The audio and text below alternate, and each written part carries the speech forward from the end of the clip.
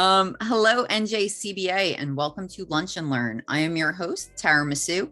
I am a board member here at the NJCBA, and I'm also the CEO of Blazin' Bakery. So today's Lunch and Learn, we have two really informative people. I think this is a really practical one, especially if you are thinking of being an applicant or working in any type of cannabis business. These two men are a wealth of knowledge who can really set you on a right path, give you things that you would normally have to pay a consultant or attorney money and point you in that direction. So today's going to be a good one. First, I want to thank our sponsors. We have Burton Trent Public Affairs, Curaleaf, Dutchie, Financial Resources Federal Credit Union, Puffin Entrepreneurs and Investors, Saks LLP, the Sheet Metal Workers Local 19, Sprague Energy, Syska Hennessy Group, UCFW Locals 360 and 152. Thank you so much to our sponsors. We couldn't do this without you. And please, I believe there's show notes if you want to check out their websites and follow up with any questions. We'd love to hear from you. So we have a networking event coming up. This is a very cool timed one. It will be after the next CRC meeting. So on July 28th at 5:30, we will have one of our in-person, finally, networking events. So come by that one, talk about the CRC meeting, what was good, what was bad. If you're a vendor, that would be the time. Maybe some new applicant winners will be announced. You can touch base with them. So that's going to be good. And we just had a great one in Wednesday right here in Asbury Park. And it was so good to see everyone again. Look for some clips of that on social. And yeah, the events, everything's back in full swing. Speaking of which, Gary, I just met you, saw you at an event last week. Congratulations. Most innovative product, right? That's right. Thanks. That's fantastic. I won best dressed. So you got my vote. Thank you. Yes. No, that was a great event. I was there for best female event business. Gary absolutely killed it. He was one of the few people in a tux, looking very dapper. And I said, I have to have you on my podcast, which this is not, but we'll still do that too. But I did not think I'd be talking to you this soon. So super cool. So let's dive right in. Cova software. I've heard, you guys advertise for years. I've seen you around the industry for years. Just, start with the overview for people who aren't familiar. Well, I think the easiest way to think about it at a high level is the point of sale system within a dispensary is really the source of truth that tracks everything that occurs at the retail level, but it's the element that connects into the state system to keep all of the compliance and regulatory issues, especially around where the cannabis is and what was sold, straight with the state. So Cova is the largest POS in the US and Canada right now. And we really did it by dealing with and working with new markets. So I think our tremendous growth is directly tied to the launch of new states in Canada. And, our secret sauce is that we go really far in trying to help people understand how to open a dispensary, how to do all the compliance elements that are necessary, and then help teach them about best retailing in cannabis. So we provide all of that level of handholding to really try to ensure people are successful in this new venture. And that's why I'm so tied to New Jersey, because, and I was going to talk later about things that are happening in the US in the emerging states. But that's what we do at a high level. Okay. I just have something on my desk that I think is relevant. Maybe it's a little silly, but I was mentioning to Lucas, I'm also a cannabis consultant, kind of phasing my way out of that. But I have a very simple checklist to kind of run past people. And right here on the checklist, inventory. It's literally a spot on the application. You have to have a POS system. You have to tell the CRC how you are going to keep track of the cannabis you have. And that is if you are a grower, a processor, a dispensary, anything in the supply chain, this is mandatory. And the state has mandated that we will be using metric, and that ties in perfectly with Cova software. Gary, can you just kind of talk about how that tie-in goes? Yeah, as the industry has evolved, this whole traceability system, whether it's metric, BioTrack, or leaf data, Those are really the three in the US that track the cannabis through the supply chain. They've evolved, some more than others. The one that we prefer or we recommend when we're advising state regulatory bodies is metric. It operates, well, they don't also sell other pieces of software in the cannabis industry. They only do compliance traceability. And as they've evolved, the goal is to have a really tight integration between that node in the supply chain, whether it's growing, manufacturing, or retailing, to have a tight integration of how the inventory is touching that node in the supply chain. And what we find is metric is it is the most advanced and most reliable. They run it like a good steward of this process for the state. Meaning, for us to become integrated in New Jersey, even though we've already done this in 14 or 15 other states, they still make us go to classes, then take a test. If we pass the test, and the test is a software development API integration process, then they give us a sample key or a key to get into their system and start building that integration.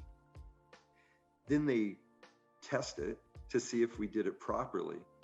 And then if we did do it properly, then we'll get credentials to be able to work with clients. No other company does that. And it's kind of ridiculous that we have to do it 16 times, but every single state's integrations are different. Nobody has a carbon copy of the other state. So it does keep us on our toes and, forces us to do good work. But that's what that whole metric integration is about.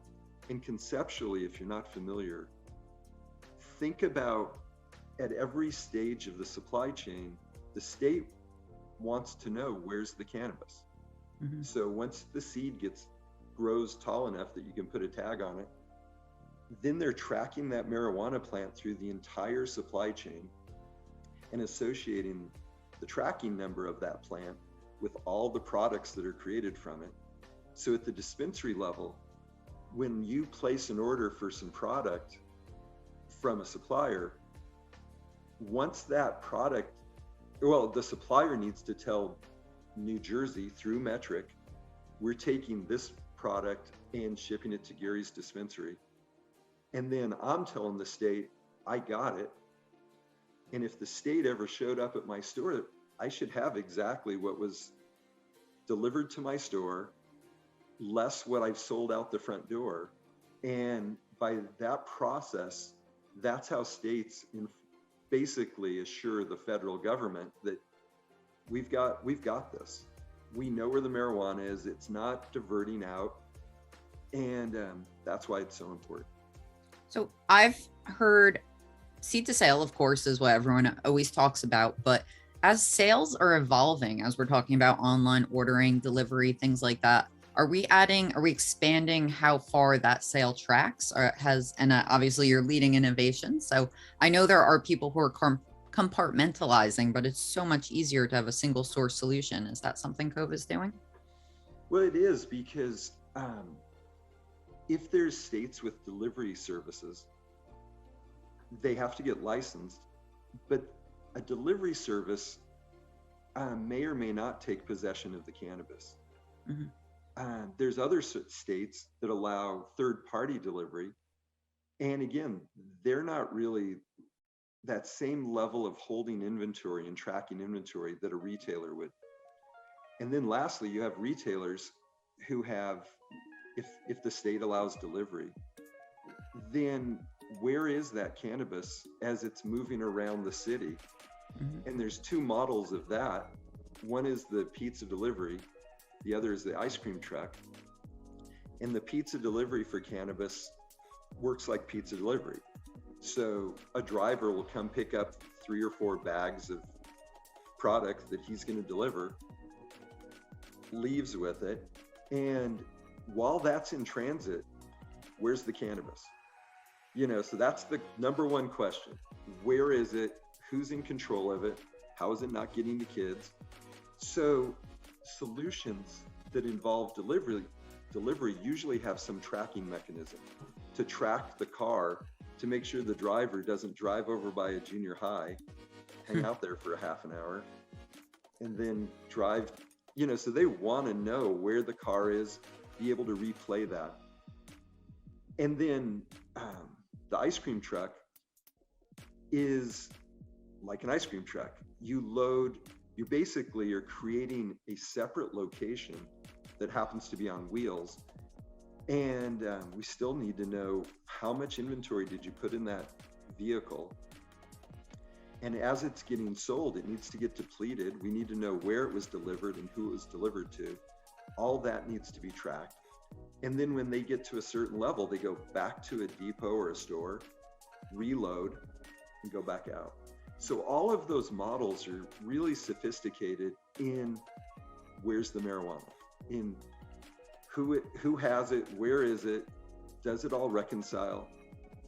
And then lastly, you've got this problem or challenge of order management. So as a retailer, how do you keep score of someone called in and placed an order? We'll get it ready for you for pickup.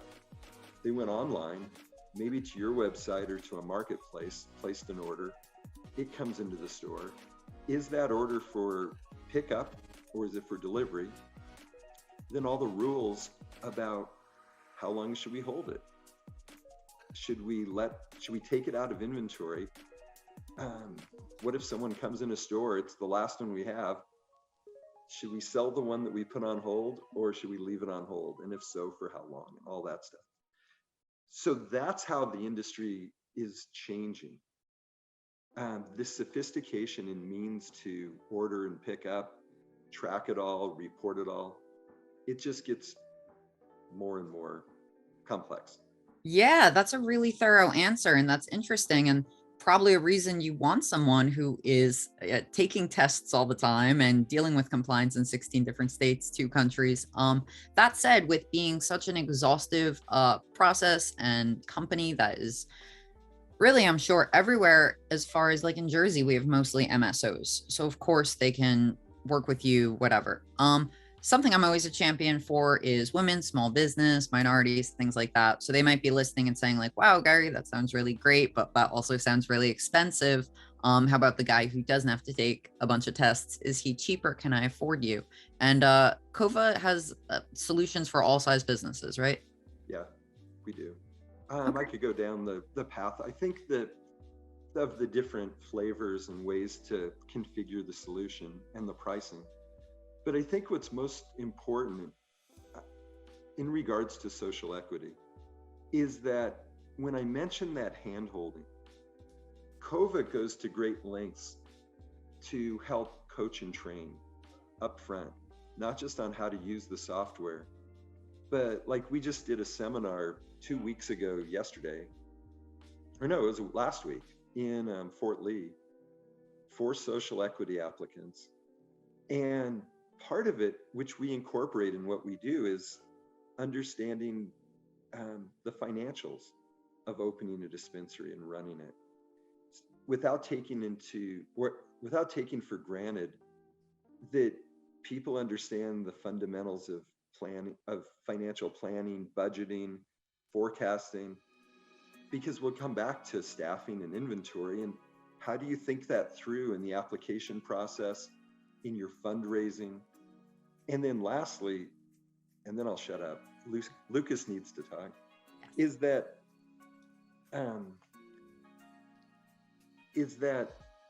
this application process usually needs help.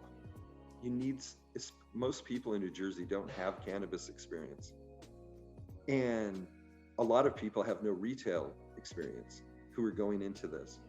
So finding companies, whether it's consultants or companies like ours, which are just a specific piece of the application, look for suppliers or advisors or consultants that can help you with the application. That is essential, because you know, at the end of the day, our mission is to help people preserve this license that you'll go through a lot financially and time and put your heart into. And our job is to help you preserve that. But to get it, you need some help knowing what to do to put in that application to get awarded the license. Gary, thank you for making my job easy and transitioning to consulting so seamlessly.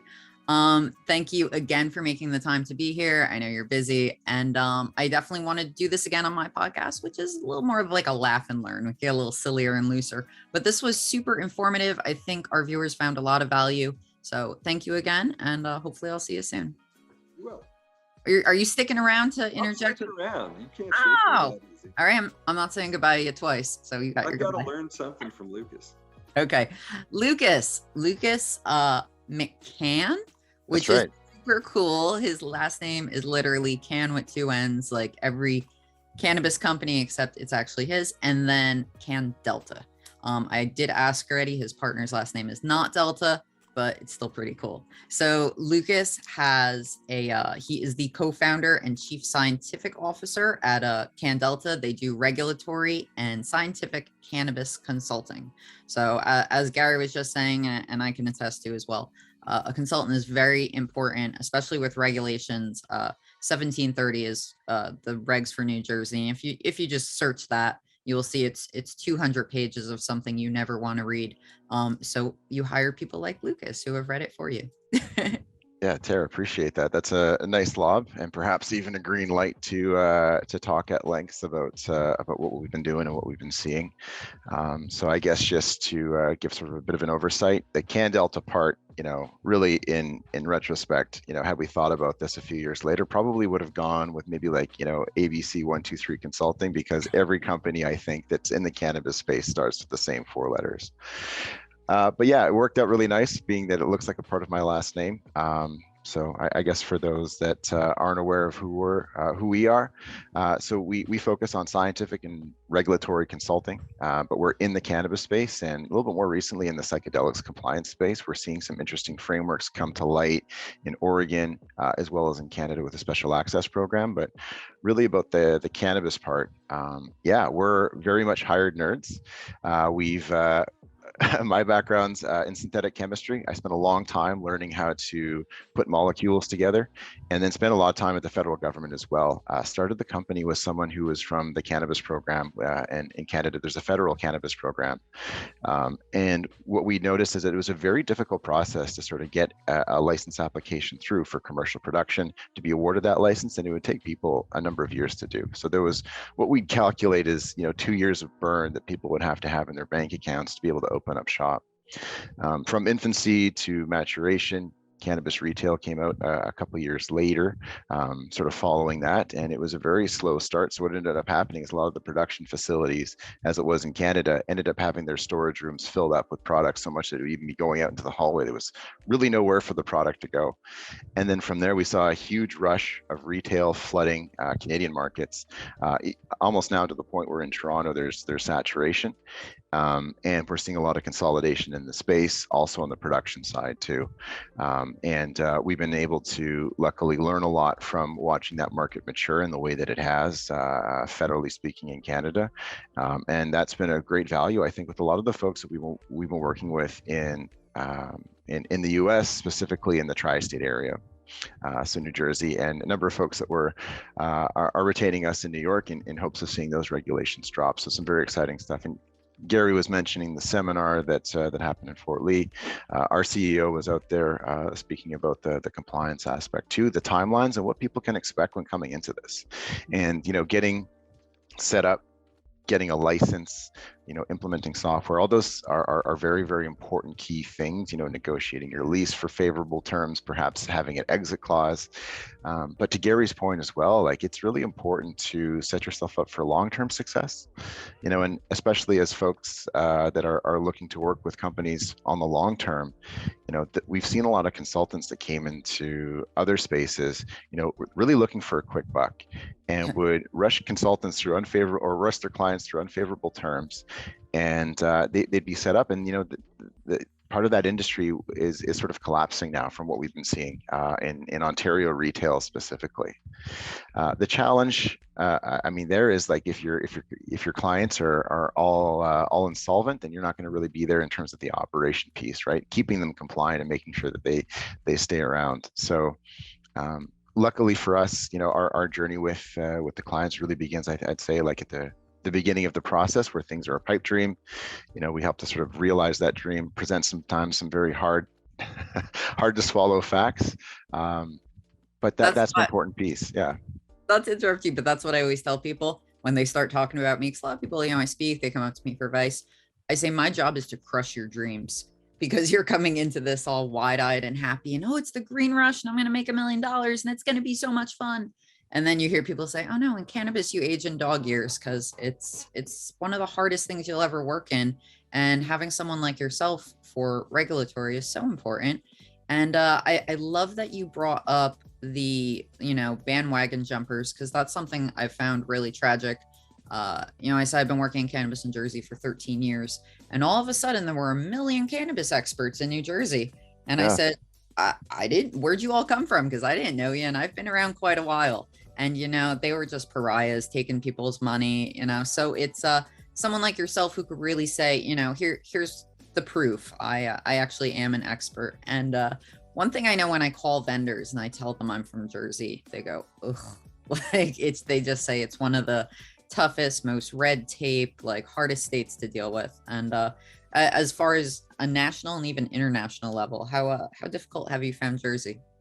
Yeah, it's been pick and mix. We found certain municipalities to be much more challenging than others. Those that we suspect, maybe even at the core, are still experiencing a little bit of political corruption. And I think that's just sort of a natural element that gets woven into this industry, whether that be from legacy market or even to a political level. There is a certain amount of control that we're seeing at the top about how and who are sort of getting some of these licenses. Some very quality crafted applications are sometimes returning a 0 score in some cities. So really making sure that location is top of mind for folks, and that you've got community buy-in. And that's so important. It's so important to be a member of these communities in which you're hoping to set up shop, to be engaged with these communities. Folks looking to sort of move into a different community and are expecting to be well received will probably be met with some difficult conversations later on when they're putting together these community involvement plans and other sort of initiatives. It's really important to be familiar with government, all levels of government, local, state government, and know who the people are that you need to talk to. And it's funny, probably every dairy farmer or cattle farmer knows who their level of government is, but in cannabis sometimes there's that disconnect, and it's really important to be engaging these stakeholders in conversations, letting them know who you are, and as a taxpayer you have a vested interest in this industry. I want to be part of that conversation. So that's not necessarily how things work, legacy, but making sure these folks are on your speed dial is going to be very, very important for success in the long term. Yeah, and I see this as one of the biggest problems in New Jersey right now, because you do often have people who are very active in their community. They're involved in, local government, maybe some nonprofit work, and they deserve to operate in their community. And in a misguided sense, a town that has 25 liquor stores says we're going to have 1 dispensary. And then a guy with a big bag of money walks in who says, I'm going to buy acres of land and redevelop it. And they say, small business who? Local resident who? And you're seeing a lot of that. And in ways where actively some towns have 10, 20, I've heard as high as $40,000 to apply to get the town's resolution, where the state, the CRC, was so proud. We have some of the lowest application fees in the country. And then these towns are single-handedly destroying it. And we gave them their autonomy. to be able to say, look, we're not forcing this down your throat, whatever you want to make your regulations, but they're taking what was meant to be a good natured thing and using it as a cash grab, which is terrible. So even just having someone to say, hey, I know this is the town you want, but stay away. This town is, it's all important, and it's so complex. The very real reality for what we're seeing as well. Municipal buy-in is just so important, and involvement in communities, I think, is important. I mean, there's still this stigma or this mantra that, this is going to come in and this is going to ruin communities. And, from what we've seen in other states and, countries like Canada with an adult use framework, is that anarchy hasn't come, hell hasn't broken loose. And what's really been happening is an excellent opportunity to impose taxes onto something that's already within these communities. And there's a sense of NIMBYism that if we block this out, if we prevent people, at least in this town, and force them to go elsewhere, that's going to stop everyone in this little area from perhaps participating. And that's not the case. I mean, illicit cannabis sales are happening, and they're going to happen whether you choose to opt in or opt out as a municipality.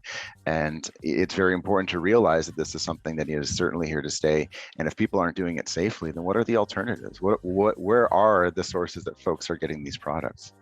And we do know that these products, when they're illicitly sourced, they're not being tested for things like pesticides, heavy metals, and other nefarious compounds that can really do harm.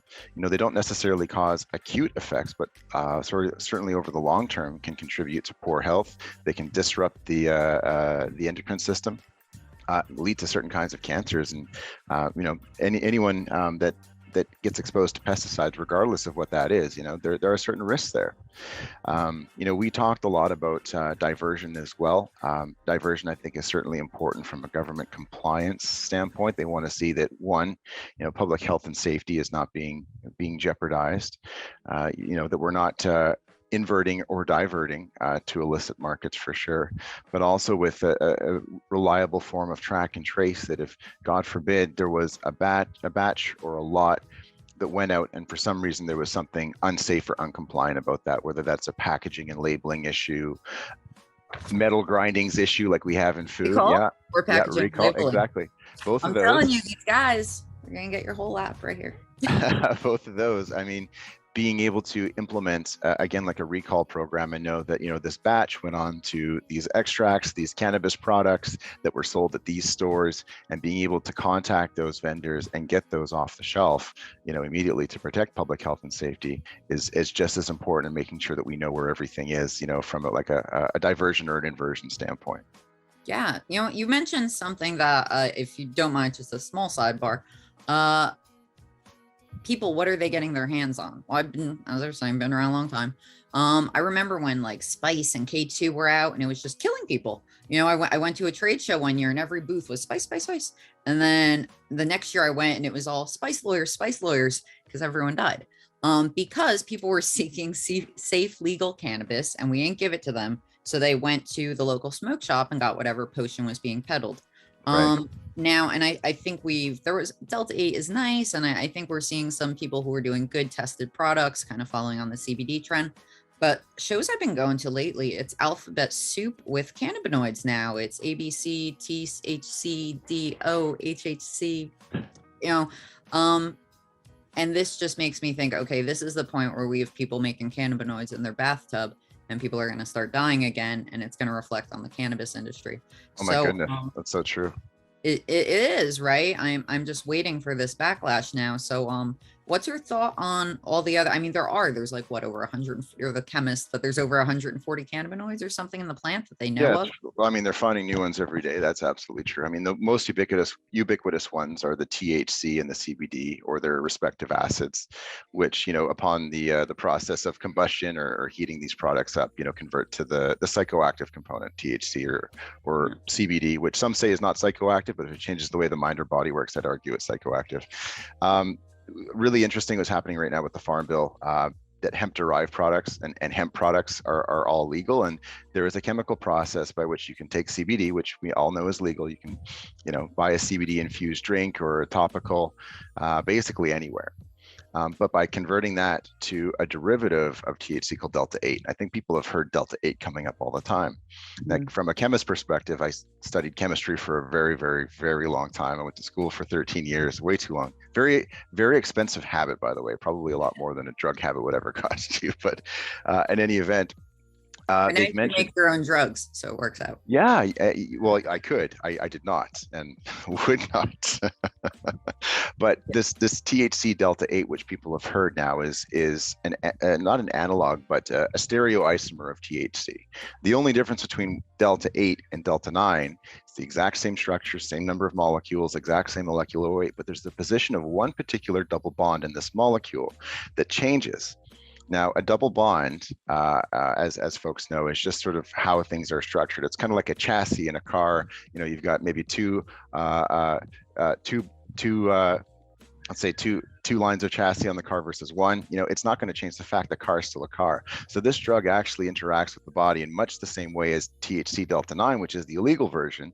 The psychoactive effects are a little bit less long lasting, but is still just as impairing.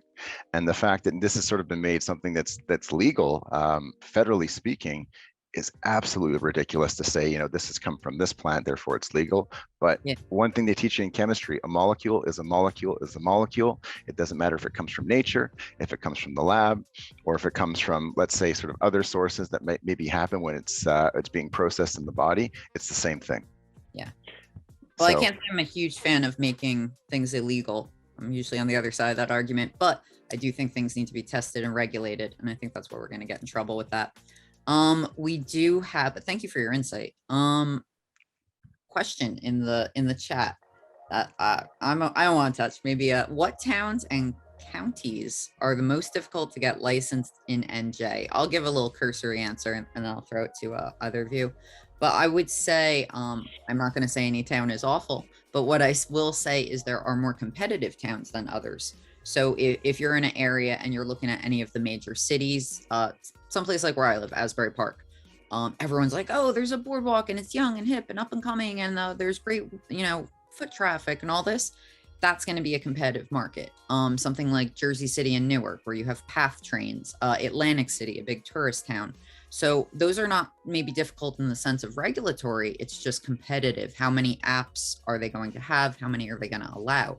So in a lot of ways, it's going to a consultant saying, look, I live in this area. Is there like a little hidden gem? And I've had very successful companies come up to me and say, you know what, this is our secret sauce. We want a population of this in this close to Ohio or whatever it is. And they find a town that's really a great candidate. That's maybe the town you wouldn't have heard of. So maybe you guys could add to that as far as well, most difficult to get licensed and or something similar.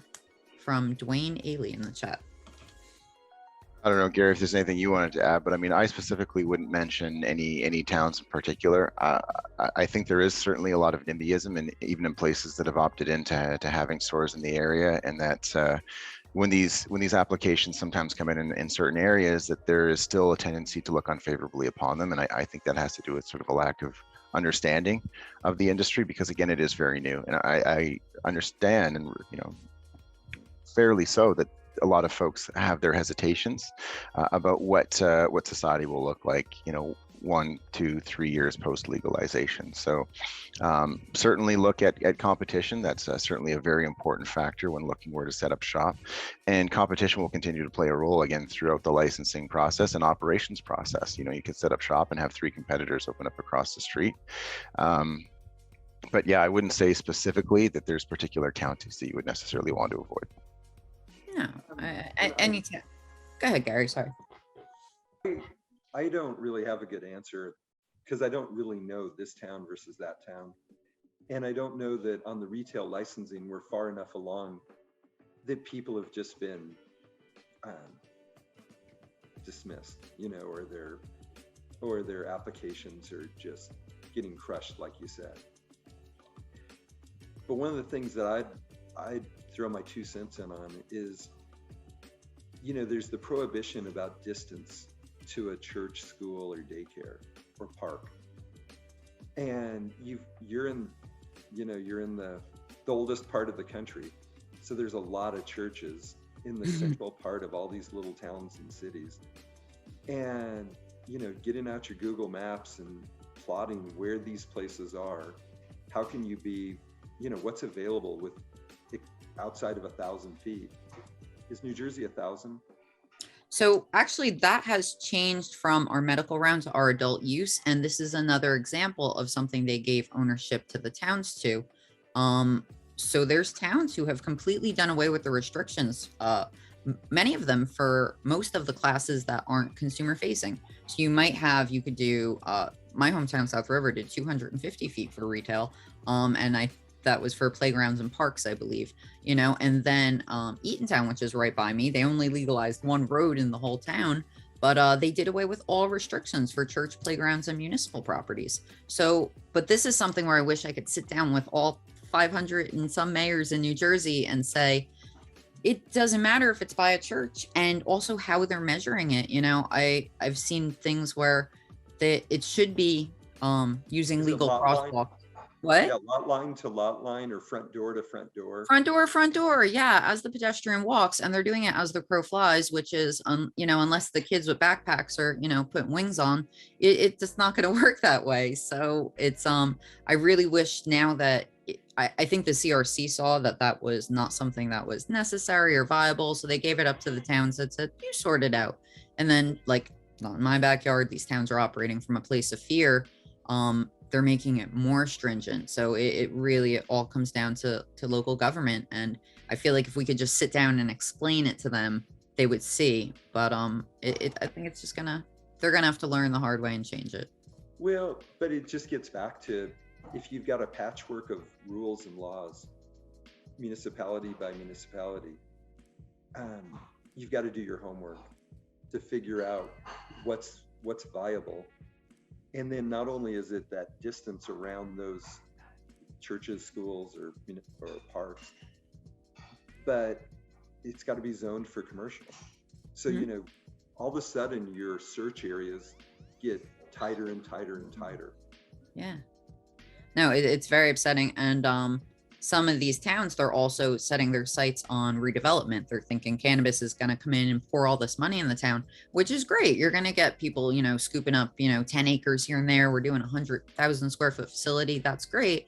But if you only think in that big, broad sense, when you're small business, and I always say, do you only want Applebee's and Olive Garden, or do you want that great little Italian restaurant down the street? If you're not providing location options for small business who are just going to take over some old auto body shop, then you're not catering to all types of business owners. So exactly right. Yeah, that's really what we're seeing here in other states as well, is that when the towns have too much control, it's not necessarily great for business. You know, having sort of the different levels of restriction there are typically, I would say, more on the conservative side. The more successful markets that we've seen is when there's a state level of control and sort of everyone's playing by the same rule book, and that the towns or counties are sort of left to opt in or opt out. And, you know, once you've opted in, then that's it, right? It's you've pulled the switch. I mean, I think that's really something I would love to see us head a little bit more towards. I like that we gave towns some freedom, but they didn't receive enough education with their freedom. I mean, and that's no fault of the state or the CRC or even the advocates and activists. We've all been running around the state trying to educate people, but one, some people don't want to be educated or don't even think this should be legal still, so they don't want to hear it.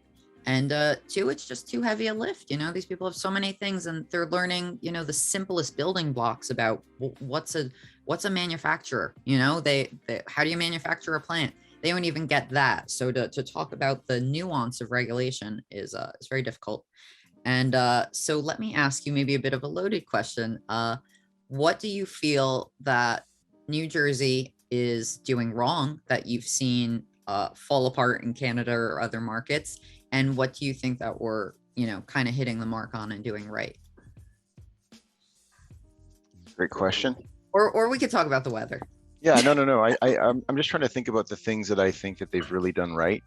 Yeah. And From a social equity perspective, I mean, putting that sort of at the forefront as part of a reconciliation for those impacted communities, I think is fantastic. There have been a lot of places, a lot of states, and even in Canada where that was a lost opportunity, and it was not one that was necessarily thought about. We're seeing this a lot too with, for example, Indigenous or First Nations communities as well. You know, they weren't really sort of put sort of at the forefront on, for example, the Canadian legalization standpoint. And there's a lot of ongoing issues and political tensions between the government and those communities. So perhaps having a focus on a lot of the communities that were here initially first, you know, on as we're working on most often in unceded land, you know, I think there's an opportunity lost there. But having, again, a social equity program in place where it's allowing these businesses to come in to operate in a way that's unvertically integrated, I think is fantastic. By allowing folks to come through and obtain a conditional license with only an idea of which an area which maybe they wish to operate, without even necessarily having a confirmed lease or a title on that particular property is great, and it's going to allow a lot of folks, I think, to move in and to try to establish themselves. I'm not sure if they're given enough time to be able to do that. You know, some of these MSOs really have the power to come in even very late to the party and squash competition through price compression and through a larger selection of products. And again, to your point, Tara, like years and years and years of knowledge and experience in the cannabis market, especially in other legal states. But you know, we can't neglect the fact that there is a pathway for these diversity owned or these impacted zone folks to come in there and really get established. So, I mean, really hats off to that. We're seeing something similar in New York, again, with the justice involved or the justice impacted individuals. I do think that sort of takes a bit of a smaller piece of the pie of potential folks that have been impacted by unfair law enforcement practices, or perhaps that are just, for example, part of a marginalized community. You know, that I think is sort of starting at a very, very narrow part of the demographic community that would like to apply. But again, I think it's extremely positive that this is again at the forefront of legalization in New Jersey and in New York. I would agree. That's something I'm pretty proud of. I was involved in writing the micro license, which I think is a great part of that social equity. I will say, you know, that was many years ago at this point, and we have a lot of room to improve on it and our equity plan as whole and finding funding. And there's a lot of people working really hard to make it even better. So thank you. I am excited that we do have a good program in that. And Gary, you were going to hop in? Yeah, you know, I couldn't agree more with everything Lucas said. And I'd say the only thing that I see New Jersey not doing that I wish they would do is dramatically beef up the CRC. So what I see, and they're following the same example of most states. They have not built the infrastructure to move people through the application, permitting, and licensing process sufficiently. So what's going to wind up happening is they're going to get these licenses going. You're going to commence your construction on your grow, your manufacture, eventually retail stores. And then you're going to slow down in inspectors coming to approve it. And it's all that kind of inspection and enforcement that states are usually really slow at. And I'm seeing New Jersey do the same thing. So staffing up, you know, and you think like, well, the last thing we want is more regulatory people in our business. But the more, the better at the onset to get it going. And usually they understaff. So. We got a question in the chat. Oh, we have two, but the one I was gonna, I like this one because my background is, you know, cannabis edibles. So anything in that. Are there rules or regulations regarding cannabis beverage products in NJ? If not, any idea when there will be guidelines set? So we're getting our final guidelines in August. This has been kind of a hot topic because we don't have edibles.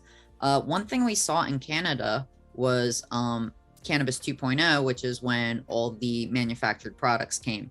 Now we have some manufactured products. We have, you know, carts and topicals and tinctures and you know, things like that. We have a really limited edibles market. And that is one thing that is close to my heart, and I can't wait to see change. And we've been told it will. And the other thing we are seeing, wait, I had a thought. It'll come back to me, but I'd love to hear your opinions. Oh, I know what it is. So we're seeing a limited edibles market. The other thing we're seeing in regards to beverages is we have these cannabis lounges, and this is something a lot of people are working on. Is they want to be able to do maybe a corking fee or some kind of, if it's, I have one person say I'd like to run a yoga class in it, whatever it is. These consumption lounges, they were meant for Section 8 people to have a place to safely consume medicine. But what they're turning into is they're going to evolve to social spots.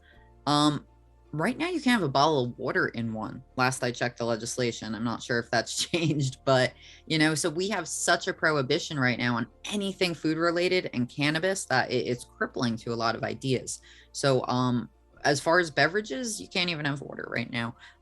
But I think it's something that we'll see. Beverages are a huge market in other states. So I'd love to have you guys weigh in as. I'll just say a quick thing about consumption lounges. I live in Colorado, and we passed that almost 2 years ago, a little over 2 years ago. And when I look around the whole country, it's very hard to come up with a business model for consumption lounge.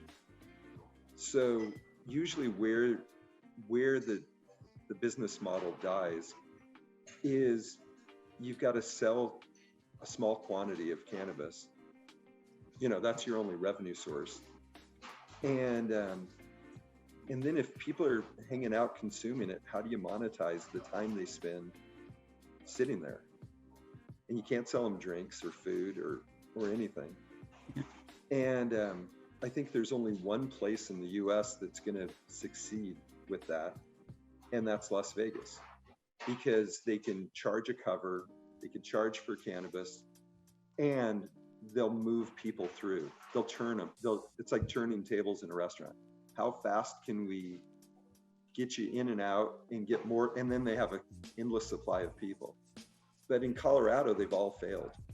There's really no cannabis models that have worked. And then we had one of the first cannabis restaurant in California, which was called Cannabis Cafe, and they used Cova. So I actually flew out there, went there. It was an awesome experience, but it was a full restaurant, and then they delivered the cannabis a lot like a wine, like ordering wine. So they had a separate menu. They were trained like a cannabis connoisseur or a sommelier, and they'd come over and talk to you about the cannabis and get it, and you could, and it was outdoor dining. So that was the other thing they had that these consumption lounges usually don't have. But then COVID came and closed. They still haven't reopened. So that's a tough proposition to take on. Yeah. Oh, go ahead, Lucas. Sorry, yeah, I was just going to say that, I kind of echo that sentiment. I mean, having perishable edibles like cookies and brownies not available for purchase is sort of a bit of a bummer, I think. With the consumption area, I mean, what we know so far, a licensed cannabis retailer can operate these areas if they receive their endorsements from both like local and state government, right? Mm-hmm. So we're talking about an area which would allow the on-premise consumption of these items. They're being sold in the store, but they really have to be separate from that store. And you only can have one consumption area as a retailer.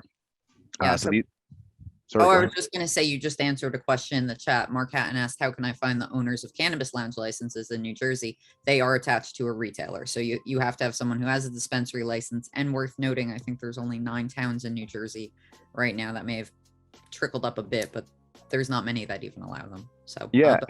And what these areas would look like too is they'd either be indoor or they'd be like an enclosed area that's separate from where the retail sales are actually occurring, or it could be, for example, an exterior structure in the same premise as the cannabis retailer, or a permit holder that's going to be separate but sort of connected to the cannabis retailer. And if they are going to be smoking or vaping in an indoor consumption area, it has to comply with ventilation requirements. So that's going to be something very similar to what you'd see in cigar lounges.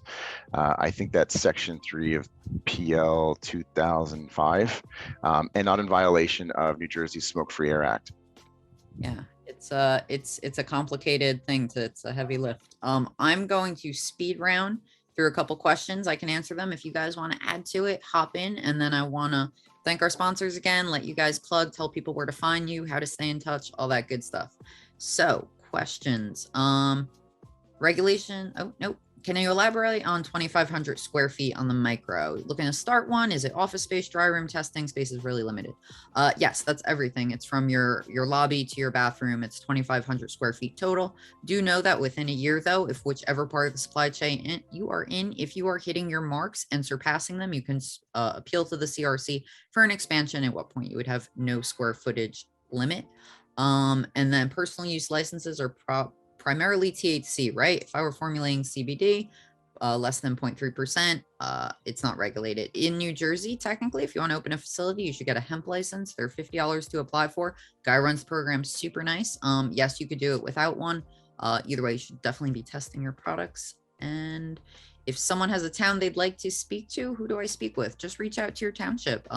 You know, say I'm looking to operate in your town. I'd like to come in and speak to whoever's running your cannabis program. If it's mayor, maybe someone on the council, and that's all on the town websites. Anything you guys want to add to those? And I'm going to close the questions if that's okay. We good? No, that was very eloquently put. Well done. Thank you. Well, we only got 5 minutes left.